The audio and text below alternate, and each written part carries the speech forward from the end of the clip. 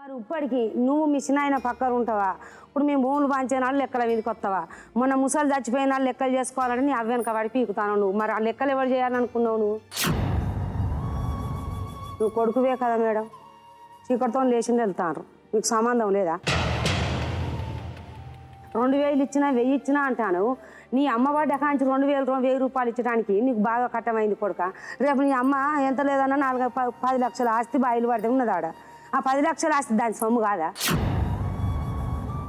దానికి 2000 ఖర్చు పెట్టాను. నేను 2000 పెట్టిరా ఏంద్రా మాట్లాడతావు? అట్లా ఇట్లా అంటాను. రేపు ఎవరిని తింటావు చెప్పు. ఆవిడ చెప్తుంది కరెక్టే కదా. వెళ్ళి ఆయనకు రావాల్సిన ఆస్తి మీరు చూసి చేసుకోవాలి కదా. కలిసి ఉంటే కనీసం ఏదైనా అతనికి రావాల్సిన ఆస్తి అన్న వస్తుంది. ఆవిడ చెప్పేది కరెక్టే కదా. కలిసి ఉండలేము మేడం. అవును, కలిసి ఉండాల్సిన అవసరం ఏమైంది? మీ పార్టీకి మీరు ఉంటారు, వెళ్తే కొట్టి వెళ్ళగొట్టారు మేడం ఒకసారి. సరే నా నాశనం నేను చెప్పిపోతాను. నేను తిడతాను మీకు అనిపిస్తుంది కదా, అనిపించింది కదా మీకు నేను అన్నా కదా. మీకు ఎట్లా అనుకుంటే అట్లనే. కానీ మీరు మేడం చెప్పినట్టుగా నేను మిమ్మల్ని కుండలాంటి పెడితే తినమంట. నేను మేడం మీ బావు చెడ్డలు నేను చూస్తా అంటే నా బావు చెడ్డలు మీరు చూడకూడదు. సరేనండి, ఇప్పుడు అయిపోయింది. ఎందుకు ఇప్పుడు ఆ పిల్లకి అయితే మీరు ఇవ్వాల్సిన డబ్బులు ఇచ్చేసేయండి. 1,00,000 ఇప్పుడు ఆయనతో ఉన్నందుకు నేను కొంచెం బాధ్యత వహించవలసి చెప్తాను మేడం. అందుకని చెప్పి ఎందుకంటే మీరు ఏదన్నా అనవచ్చు, నేను పడవచ్చు. ఇప్పుడు వాళ్ళకి 1,00,000 ఇచ్చేస్తే ఇప్పుడు చిన్న అమ్మాయి 1,00,000కే పోద్దా మేడం? ఒక్క మాట మన మాట. ఇప్పుడు ముందు అమ్మాయికి 1,00,000 ఇవ్వండి అమ్మా, చిన్న అమ్మాయికి 1,00,000. దానికి ఎట్లా పోద్ది? మీరు ఇంకేం 1,00,000 పోతుంది అని అంటే సరే ఆమెకు 1,00,000 ఇచ్చి ఈమె దులుపుకున్న చేతులు ఆమె కూడా దులిపేసుకుంటాం. ఇక మేము మా సందలో మేము అలా కాదమ్మా, 1,00,000లో పోతుందని మరి అట్ట చెప్తాం. మీరు చూసి చెయ్యండి. అందరు ఇంకా ఆల్రెడీ అయిన అమ్మాయికి వాళ్ళు మనం చూసిన సంబంధం దొంగలంట అంట్లు అలా అన్నారు. ఇక్కడ నుంచి ఎందుకంటే చేస్తామన్నప్పుడు చేసుకోండి. అసలు అతను చూస్తలేడు కదా మేడం. ఇప్పుడు చూస్తామని చెప్తున్నారు కదా, మళ్ళీ చేసుకుంటా మేడం. మరి అంతే, అదే చెప్పండి. పిల్లలకు కుట్టరేంది? నువ్వు తండ్రి చచ్చిపోయినప్పుడు నువ్వు సాగుకు పోయినప్పుడు బాపు అని మీరు మాట్లాడారా సరే అంటే ఆమెకు అంటుంటది. భర్త ఇంకొక ఆమెను తెచ్చుకున్నాడు కాబట్టి నా జీవితంలో మన్నపడ్డది అని ఆమెకు అంటుంటది అనుకో. మీకెందుకుంటది? అవును, మాట్లాడాలి కదా. సరే అయిపోయిందమ్మా. ఇప్పుడు ఇక్కడ నుంచి ఆవిడ బాగా చూసుకుంటారండి.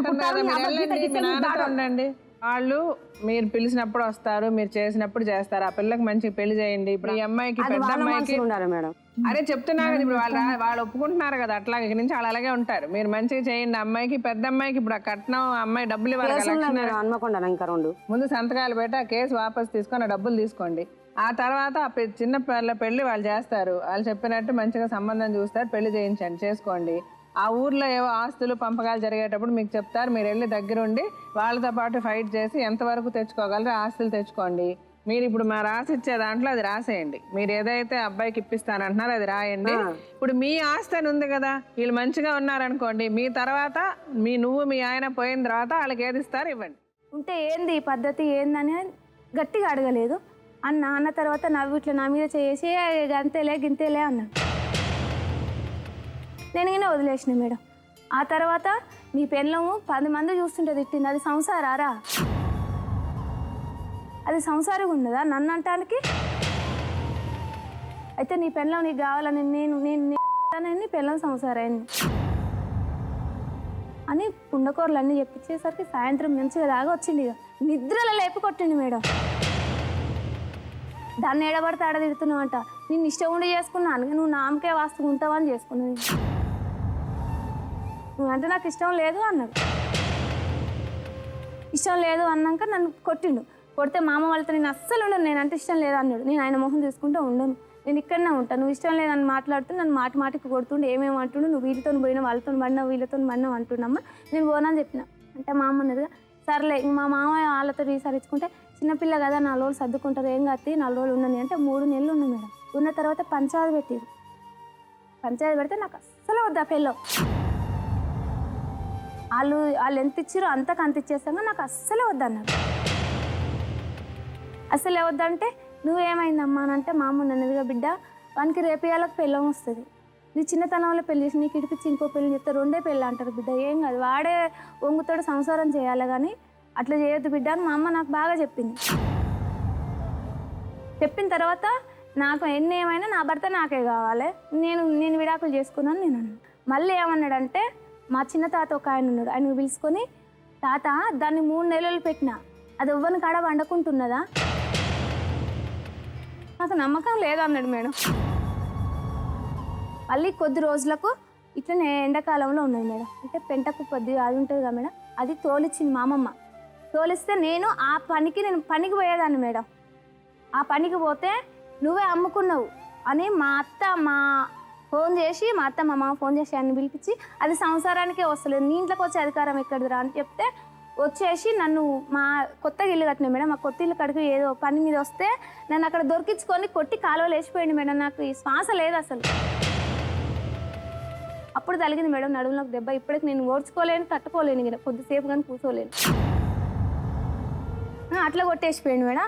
కొట్టేసిపోయిన తర్వాత మా అమ్మలు నన్ను అట్లనే అందరు వాళ్ళు ఉండి ఆయన బల్పు శేఖలు అది మొగడిచి పెట్టింది, నన్ను ఎక్కడ పడితే అక్కడ ఎమ్మటేసుకొని తిరిగింది కాక పోలీస్ కంప్లైంట్ ఇవ్వు అంటే మేము పోలీస్ స్టేషన్ పోయినాం మేడం. స్టేషన్లో పెట్టిన తర్వాత ఏమైందంటే ఏదేమైనా సంసారానికి పోవాలి, మీరు ఎవ్వరు ఎలాగనన్నా అనుకోరి, ఈ ఊళ్ళో సంసారం చేయమని నేను చేస్తా, ఎక్కడికో తీసుకుపోయి నేను ఇక్కడ అవతలికి పోకుండా దాన్ని తీసుకొని వచ్చి ఎక్కడో పెడుతుంటే రావట్లేదు, ఇది అంటే కొట్టడం తిట్టడం, నువ్వు ఈయనకాడ పడినా వానికాడ పడినా నా టార్చర్ పెడుతుండు అని నేను చెప్పిన మేడం.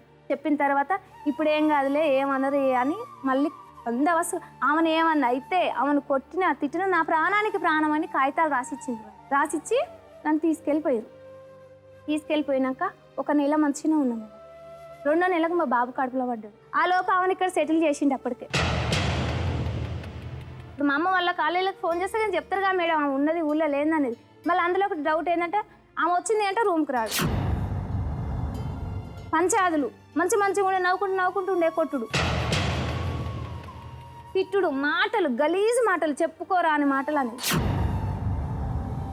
హాస్పిటల్ పోయినాం మేడం, చూపించుకుంటా అన్నదిగా చిన్న వయసులో అందింది. ఇక్కడ చింతలకు తీసుకొచ్చింది ఏదో హాస్పిటల్, చిన్న వయసులో అందింది. చాలా డేంజరు, నిమ్మలంగా ఉండాలి ఆమె, బెడ్ రెస్ట్, ఆమెను ఏం అనొద్దు, నువ్వు దూరంగా ఉండాలి, వాళ్ళ అమ్మ వాళ్ళ ఇంటికన్నా పంపించింది, నీ దగ్గర ఉన్న జాగ్రత్తగా చూసుకోవాలని చెప్పింది మేడం. చెప్పిన తర్వాత నేను అతను ఫోన్ మాట్లాడుకుంటుంది, నా పెళ్ళానికంట కడుపైందంటేనే అది ఎవరికి చేసుకొని వచ్చిందో నా పేరే చెప్తుంది. అది దాన్ని నా పెళ్ళానికంట కడుపు అంటే నేను చూపించాలన్నట కథలు. నైట్ డ్యూటీ లేకపోతే నువ్వు పగల డ్యూటీ లేకపోగా నన్ను టార్చర్ పెట్టకు, నీకు ఇష్టం వచ్చింది దాంతో ఉంటే నేను ఏం అనట్లేను కానీ నన్ను టార్చర్ పెట్టకు అన్న తర్వాత ఓ సంసార పిల్ల నువ్వు అవ్వను కడవన్నావు నాకు తెలియదు. వచ్చి నాకు న్యాయం చేయండి అంటున్నావు, నువ్వు అమ్మాయి జీవితాన్ని నాశనం చేసి నీకు జీవితం ఆగదు. నా మొగడు నా తోడు కాకుండా చేసిర్రు, మా అమ్మ నాన్న కాకుండా చేసిర్రు, నా అక్క నీ మొగుడు నాకు చేయలే, నీ మొగుడు సరైనవాడు కాదని నువ్వే చెప్పావు. నన్ను ఒక దెబ్బ కొట్టాలి మేడం, నా మొగని చెప్తే నేను ఎక్కడ పోవాలి? సో అందుకే నిన్ను ఒక దెబ్బ కొట్టేసి మెచ్చుకొని బుద్ధెట్టు చంకెచ్చుకొని తిప్పుతారు. ఒక ఆడదానిలా మాట్లాడుతున్నావా? సంబంధం పెట్టుకుని వాళ్ళు తెలిసి నిన్ను ఒక దెబ్బ కొట్టి నిన్ను మందరించాలిగా నీ మొగుడితో చెప్పకూడదు అంటున్నావు, అది కరెక్టా? ఏం ప్రూఫ్ ఉందని నువ్వు మాట్లాడుతున్నావు? మీ నాన్న మీ తమ్ముడు నీ గురించే చెప్తారు. బయట ఒక్కడిని తీసుకొచ్చి చూపించు, నేను కొడతా చెప్పొచ్చు, తమాషా చెప్పు. పిచ్చి పిచ్చిగా ఉంది మీకు, మాట్లాడితే పెళ్ళ ఆడితో తిరుగుతుంది నీళ్ళతో తిరుగుతుందని మాట్లాడు. ఒక ఘోరమైనటువంటి రోగాన్ని కూడా HIV నీకు ఎయిడ్స్ ఉంది అని చెప్పి 10 హింస పెట్టడం ఇది చాలా నేరం అమ్మా.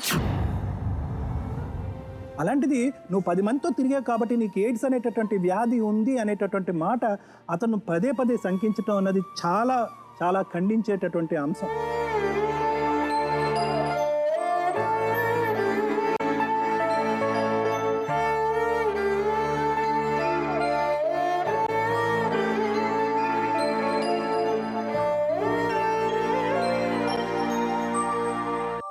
గడ్డి తినే మాటలు మాట్లాడక 24 గంటలు. ఆళ్ళ పెళ్లి చేసుకున్నాను, ఆళ్ళ ఇలా చేశాను, ఆళ్ళ పడుకున్నాను, ఏం మాట్లాడుతున్నావు నువ్వు? సిగ్గులేదు అట్లా మాట్లాడడానికి? జంతువులో మనుషులా మనం? తీసుకొని కొడతారా?